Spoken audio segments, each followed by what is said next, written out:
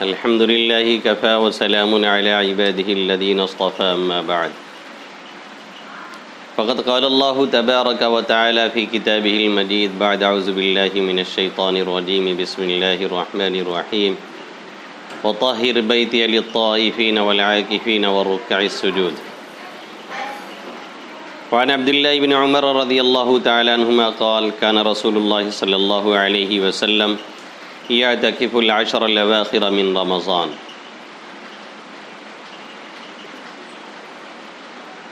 میرے محترم بزرگوں اور دوستوں، میرے غیور نوجوان ساتھیوں، اس وقت 2-4-5 منٹ ارادہ ہے کہ اعتکاف کے تعلق سے آپ حضرات کے سامنے کچھ بات کی جائے۔ اللہ رب العزت کا بے پایاں فضل اور کرم اور احسان کہ رمضان المبارک کا یہ مبارک مہینہ ہمیں عطا فرمایا، اور اس کا ایک عشرہ نہیں دوسرا عشرہ بھی مکمل ہونے کو ہے۔ دوسرا عشرہ جب مکمل ہونے لگتا ہے یعنی 20 رمضان، اور 20 رمضان کے غروب سے پہلے مسجد میں اعتکاف کی نیت سے جو ٹھہرا جاتا ہے 10 دن کے لیے، اسی کو اعتکاف کہا جاتا ہے۔ اعتکاف کے معنی ہی آتے ہیں ٹھہرنا، جم کر کے کہیں بیٹھنا۔ یہ ایک ایسی عبادت ہے جو پچھلے انبیاء کرام علیہم الصلاۃ والسلام کے زمانے سے چلی آ رہی ہے۔ چنانچہ اللہ رب العزت نے اس کا تذکرہ قرآن مقدس میں بھی فرمایا ہے۔ اپنے خلیل علیہ الصلاۃ والسلام اور اسماعیل علیہ السلام کو بیت اللہ کی تعمیر کے بعد نمازیوں کے لیے، طواف کرنے والوں کے لیے اور دوسرے حضرات کے لیے پاک صاف رکھنے کا حکم دیا، اور اللہ نے قرآن مقدس میں فرمایا وَطَهِّرْ بَيْتِيَ لِلطَّائِفِينَ وَالْعَاكِفِينَ وَالرُّكَّعِ السُّجُودِ۔ گویا نماز اور طواف کی طرح اعتکاف بھی اللہ تعالیٰ کے قرب کا خاص ذریعہ ہے کہ اللہ تعالیٰ نے اپنے 2 برگزیدہ پیغمبروں کو معتکفین کی خدمت، ان کے اعزاز میں مسجد حرام کی صفائی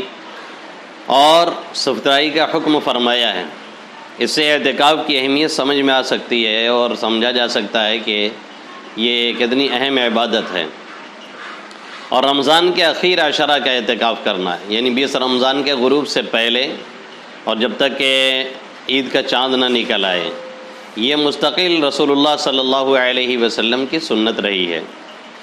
اس کی فضیلت اس سے زیادہ کیا ہوگی کہ آقا مدنی صلی اللہ علیہ وسلم نے ہمیشہ اس کا اہتمام فرمایا ہے۔ جب سے آپ صلی اللہ علیہ وسلم ہجرت کر کے مدینہ طیبہ تشریف لے گئے، اس وقت سے وفات تک مستقل آقا مدنی صلی اللہ علیہ وسلم اعتکاف کیا کرتے تھے۔ جیسا کہ عبداللہ بن عمر رضی اللہ تعالیٰ عنہما کی روایت ہے یعتکف العشر الاواخر من رمضان، کہ آقا مدنی صلی اللہ علیہ وسلم رمضان کے اخیر عشرے کا ہمیشہ اعتکاف فرمایا کرتے تھے۔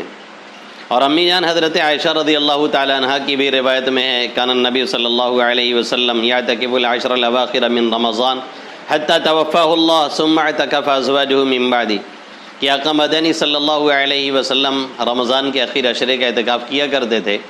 یہاں تک کہ آپ کی وفات ہو گئی۔ یہ آپ کا معمول ہمیشہ کا رہا ہے۔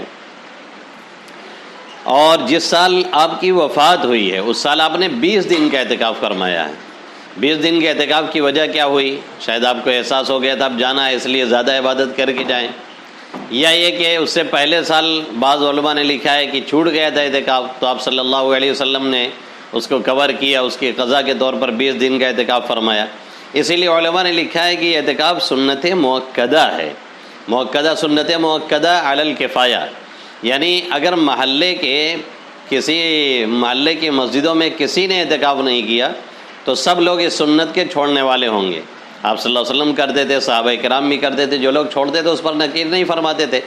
اس لیے اس کو واجب نہیں کہا گیا، لیکن سنت مؤکدہ علی الکفایہ ہے۔ اس کا مطلب یہ بنا کہ محلے میں اگر کوئی نہیں کرتا ہے تو سب لوگ گنہگار ہوں گے۔ اب اگر محلے میں کئی مسجدیں ہیں تو پھر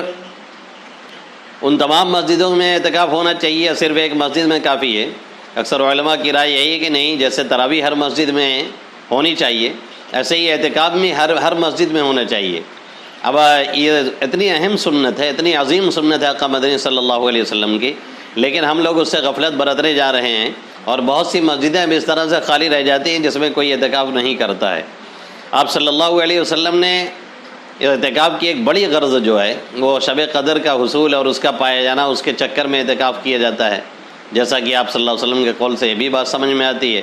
کہ وہ آسانی سے مل سکتی ہے، اور معتکف اگر سویا رہے بیٹھا رہے تو بھی وہ چیز عبادت میں شمار ہوتی ہے، کچھ کرے نہیں کچھ پڑھے نہیں،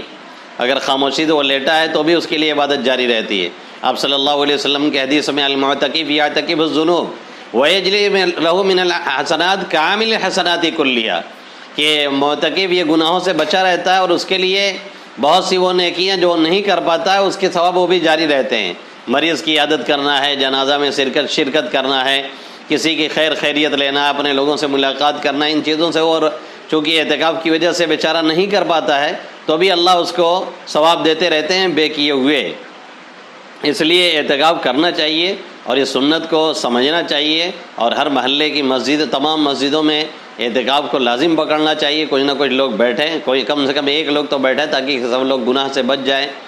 اور عورتیں بھی ان کو موقع ہو تو، چونکہ فقار مسنون سب کے لیے لکھا ہے، اور مسنون نہیں تو مستحب ان کے لیے ہے ہی ہے، وہ گھر کے کسی کونے میں، ان کے لیے مسجد میں چونکہ بہتر نہیں ہے، اس لیے گھر کے کسی کونے ادرے میں وہ بھی ایک کمرہ مخصوص کر لیں، اس میں اعتکاف کی نیت سے بیٹھ جائیں۔ اور ایک حدیث میں اس کی فضیلت بیان کرتی ہوئی آپ صلی اللہ علیہ وسلم نے فرمایا کہ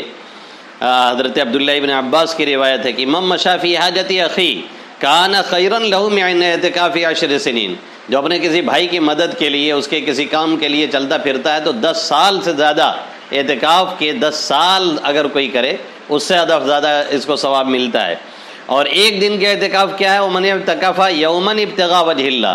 ایک دن کا اگر کوئی اعتکاف کرتا ہے اللہ کی رضا کے لیے، یاد رکھنے کی بات ہے، لوگوں کو بتانے کے لیے نہیں، سنانے کے لیے نہیں، لوگوں سے یہ کہنے کے لیے نہیں کہ ہم بڑے عبادت گزار ہیں یا لوگ سمجھیں، اس مقصد کے لیے نہیں، اعتکاف ابتغاء وجہ اللہ، اللہ کی رضا کے لیے جو ایک دن کا اعتکاف کرتا ہے، تو آپ صلی اللہ علیہ وسلم نے فرمایا اللہ اس کے اور جہنم کے درمیان 3 خندقیں حائل فرما دیتے ہیں، 3 خندقیں اس کے اور جہنم کے درمیان رکاوٹ بنا دی جاتی ہیں، اور ہر خندق کتنی لمبی چوڑی ہے؟ اتنی ہوتی ہے جتنی زمین آسمان کی مسافت ہے۔ تو ایک دن کے اعتکاف کی یہ فضیلت ہے تو پھر 10 دن کی کیا فضیلت ہوگی؟ اس لیے کوشش کریں، ہر شخص ہر محلے میں کوشش کر کے لوگوں کو بیٹھایا جائے اور بیٹھنے کی کوشش کریں، تاکہ یہ آقا مدنی صلی اللہ علیہ وسلم کی ایک عظیم سنت کی ادائیگی بھی ہو اور لوگ گناہ سے بچ بھی جائیں، اور باقی اس کے مسائل وغیرہ جاننے کے لیے اس کے لیے پھر رابطہ کیا جا سکتا ہے۔ السلام علیکم ورحمۃ اللہ وبرکاتہ۔